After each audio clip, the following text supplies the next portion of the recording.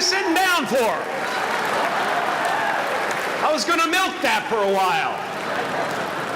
You guys can stretch that out in post, right? You can make that longer in the edit. Thank you, Bevan. Thank you all. Jai Guru Dev.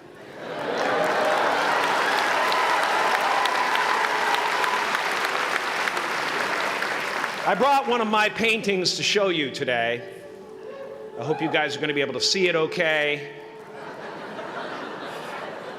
It's not one of my bigger pieces, so you might want to move down front. Get a good look at it. Faculty, parents, friends, dignified guests, graduating class of 2014, and all the dead baseball players coming out of the corn to be with us today. After the harvest, there's no place for them to hide. Fields are empty. There's no cover there. I'm here to plant a seed today, a seed that will inspire you to move forward in life with enthusiastic hearts and a clear sense of wholeness. The question is, will that seed have a chance to take root, or will I be sued by Monsanto and forced to use their seed?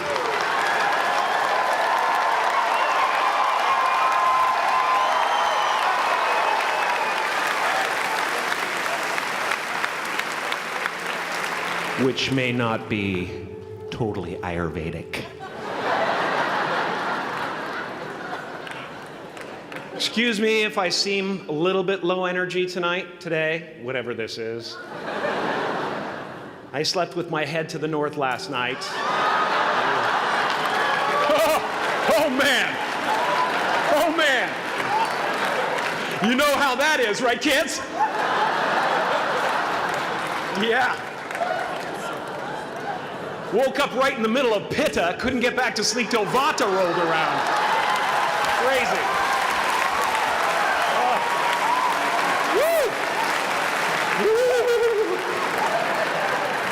But I didn't freak out, you know.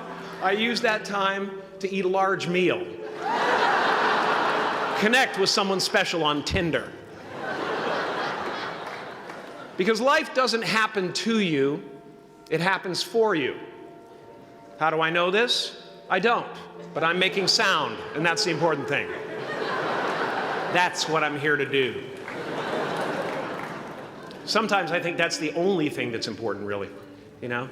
It's just letting each other know we're here. You know? Reminding each other that we're part of a larger self. I used to think Jim Carrey is all that I was. Just a flickering light, a dancing shadow, the great nothing masquerading as something you can name. Seeking shelter in caves and foxholes dug out hastily, an archer searching for his target in the mirror, wounded only by my own arrows, begging to be enslaved, pleading for my chains, blinded by longing and tripping over paradise.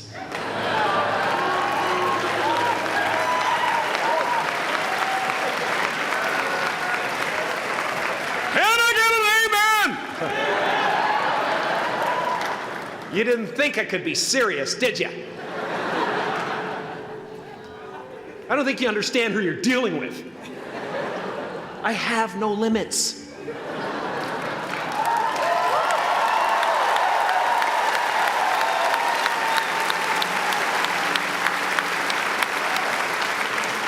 I cannot be contained because I'm the container. You can't contain the container, man. You can't contain the container. I used to believe that who I was ended at the edge of my skin, that I had been given this little vehicle called a body from which to experience creation. And though I couldn't have asked for a sportier model, it was, after all, a loaner and would have to be returned. Then I learned that everything outside the vehicle was part of me too. And now I drive a convertible.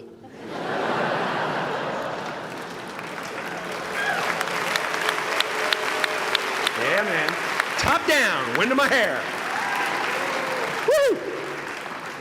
I am elated and truly, truly, truly excited to be present and fully connected to you at this important moment in your journey. I hope you're ready to open the roof and take it all in. Okay, 4 more years then. They're obviously not ready. Just need some more cooking. Now, I want to thank the trustees, the administrators, the faculty of MUM for creating an institution worthy of Maharishi's ideals of education, a place that teaches knowledge and experience, the knowledge and experience necessary to be productive in life, as well as enabling the students through transcendental meditation and ancient Vedic knowledge to slack off twice a day for an hour and a half.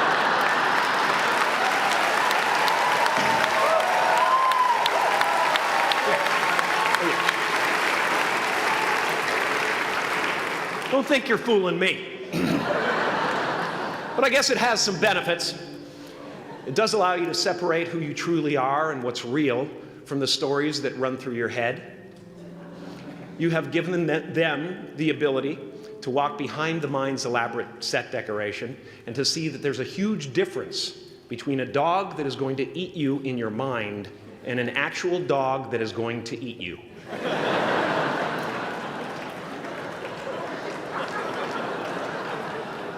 That may sound like no big deal, but many never learn that distinction. And they spend a great deal of their lives living in fight or flight response. I'd like to acknowledge all of you wonderful parents. Way to go. What a fantastic job you've done. For your tireless dedication, your love, your support, most of all, for the attention that you paid to your children. I have a saying, beware the unloved, because they will eventually hurt themselves or me. But when I look at this group here, you know, I feel really safe. I do. I'm just going to say it. My room is not locked. My room is not locked. No doubt some of you will turn out to be crooks. But white-collar stuff, you know, Wall Street, that type of thing, you know, crimes committed by people with self-esteem. Stuff parents can still be proud of in a weird way. And to the graduating class of 2017, -3, you didn't let me finish. Congratulations.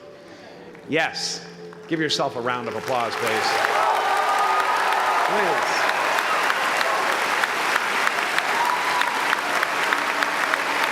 Yeah.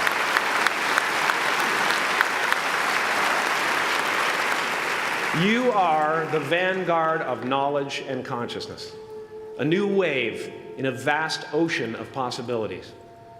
On the other side of that door, there's a world starving for new ideas, new leadership. I've been out there for 30 years. She's a wildcat. Oh, she'll rub up against your leg and purr until you pick her up and start petting her, and then out of nowhere, she'll swat you in the face.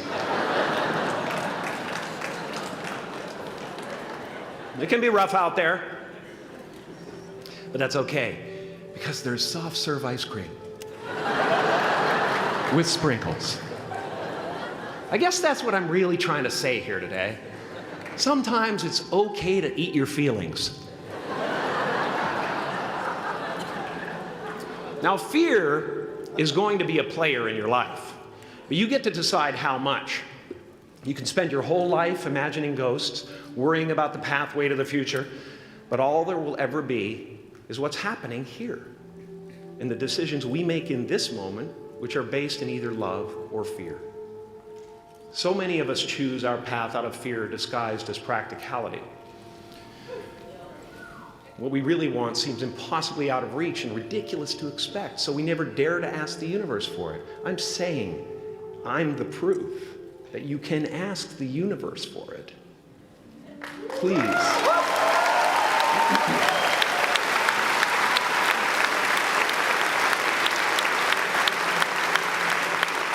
And if it doesn't happen for you right away, it's only because the universe is so busy fulfilling my order.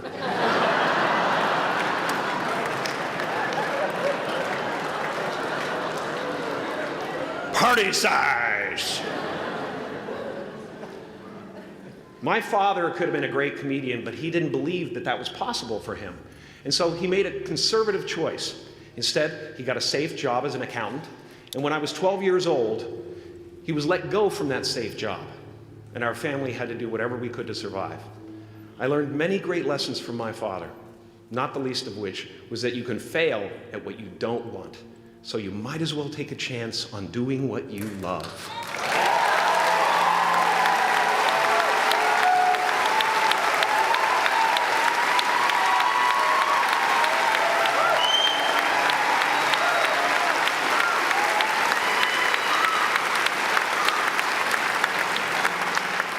It's not the only thing he taught me, though.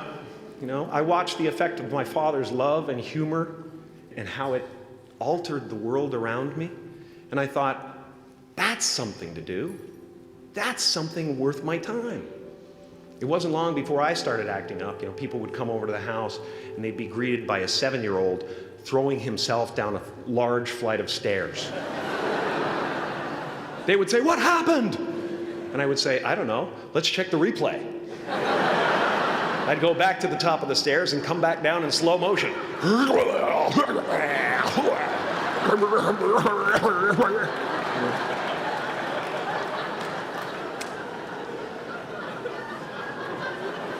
It was a very strange household. My father used to brag that I wasn't a ham, I was the whole pig. And he treated my talent as if it was his second chance.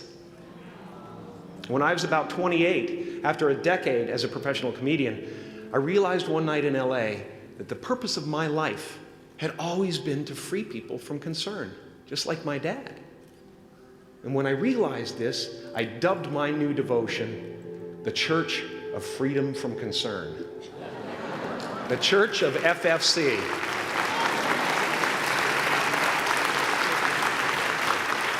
And I dedicated myself to that ministry. What's yours? How will you serve the world?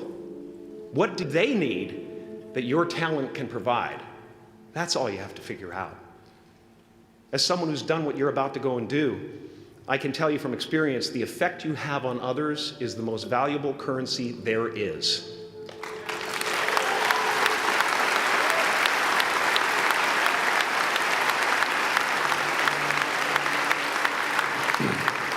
Because everything you gain in life will rot and fall apart, and all that will be left of you is what was in your heart. My choosing to free people, from concern got me to the top of a mountain. Look where I am. Look what I get to do. Everywhere I go. I'm going to get emotional because when I tap into this, it really is extraordinary to me. I did something that made people present their best selves to me wherever I go.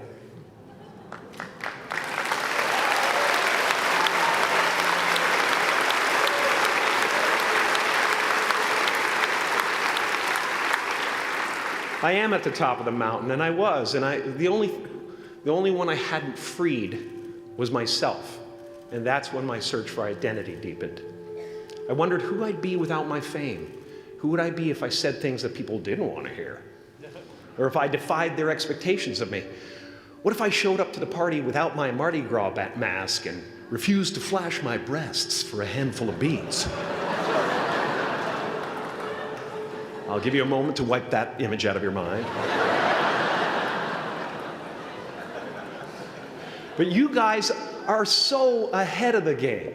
You already know who you are.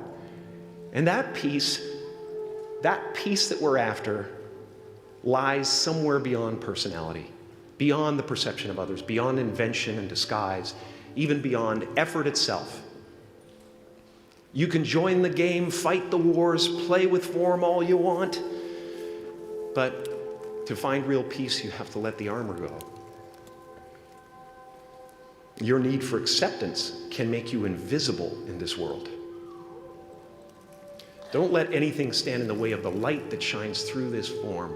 Risk being seen in all of your glory.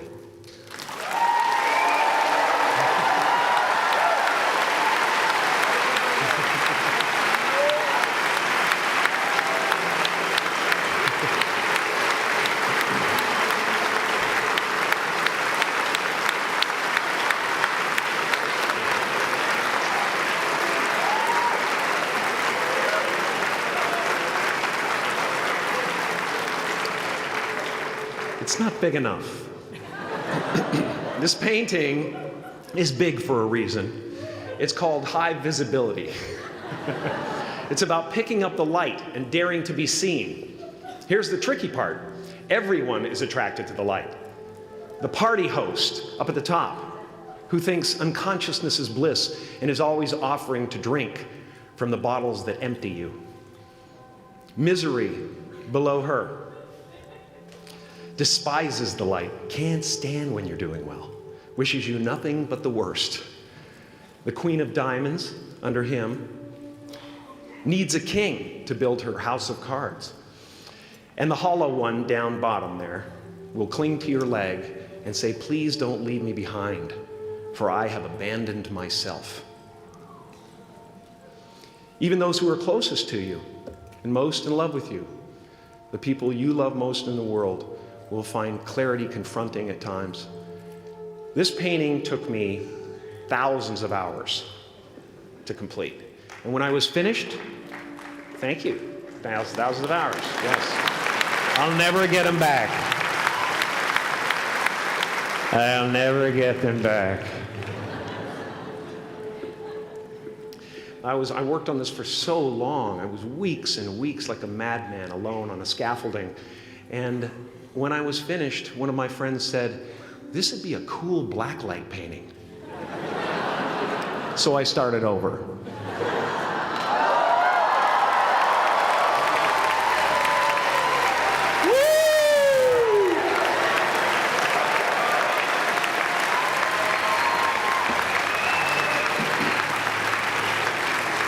Welcome to Burning Man.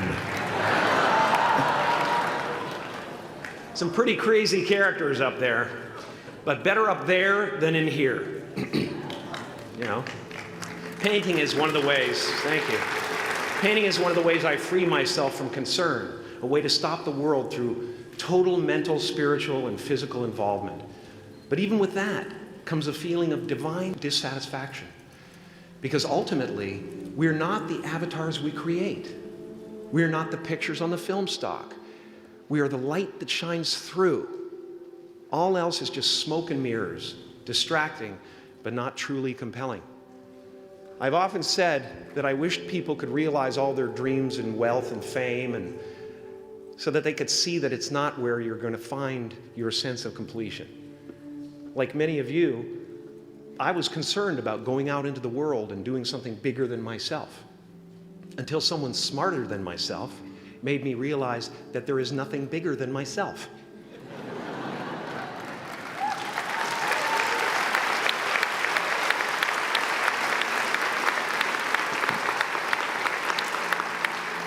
My soul is not contained within the limits of my body. My body is contained within the limitlessness of my soul. One unified field.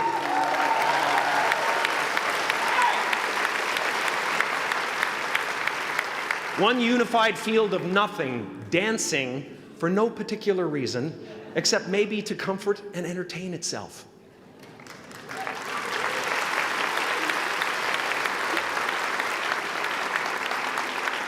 As that shift happens in you, you won't be feeling the world, you'll be felt by it. You'll be embraced by it. Now I'm always at the beginning. I have a reset button, and I ride that button constantly. Once that button is functioning in your life, there's no story that the mind could create that will be as compelling. The imagination is always manufacturing scenarios, both good and bad, and the ego tries to keep you trapped in the multiplex of the mind.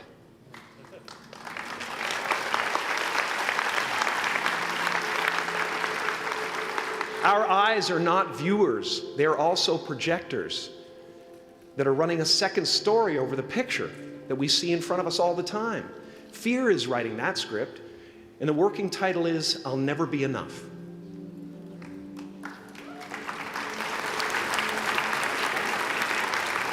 Now you're going to look at a person like me and say, how could we ever hope to reach those kind of heights, Jim? How can we make a painting that's too big for our home? How do you fly so high without a special breathing apparatus? This is the voice of the ego. And if you listen to it, there will always be someone who's doing better than you. No matter what you gain, ego will not let you rest. It will tell you that you cannot stop until you've left an indelible mark on the earth, until you've achieved immortality. How tricky is this ego that it would tempt us with the promise of something we already possess?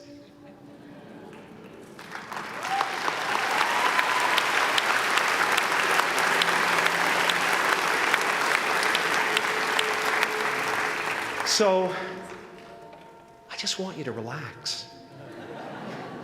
You know, that's my job. Relax and dream up a good life.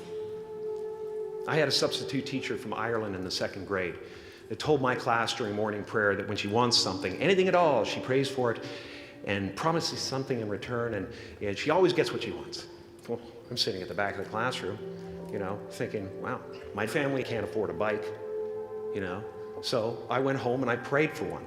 And I promised I would recite the rosary every night in exchange. Broke that promise. But 2 weeks later, I got home from school to find a brand new Mustang bike with a banana seat and Easy Rider handlebars. Yeah. From fool to cool.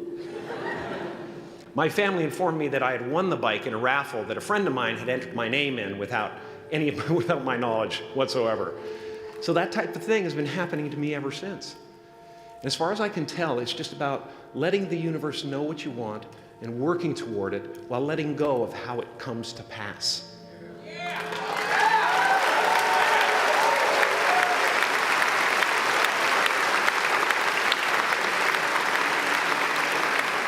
Your job is not to figure out how it's going to happen for you, but to open the door in your head. And when the door opens in real life, just walk through it.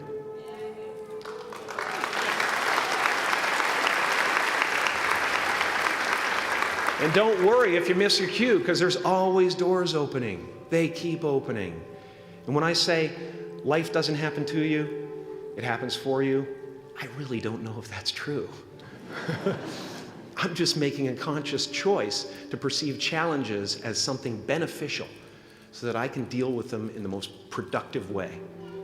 You'll come up with your own style. That's part of the fun. Oh, and why not take a chance on faith as well?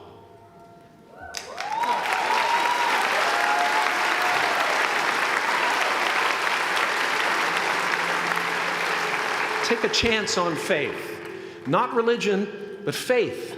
Not hope, but faith. I don't believe in hope. Hope is a beggar. Hope walks through the fire, and faith leaps over it.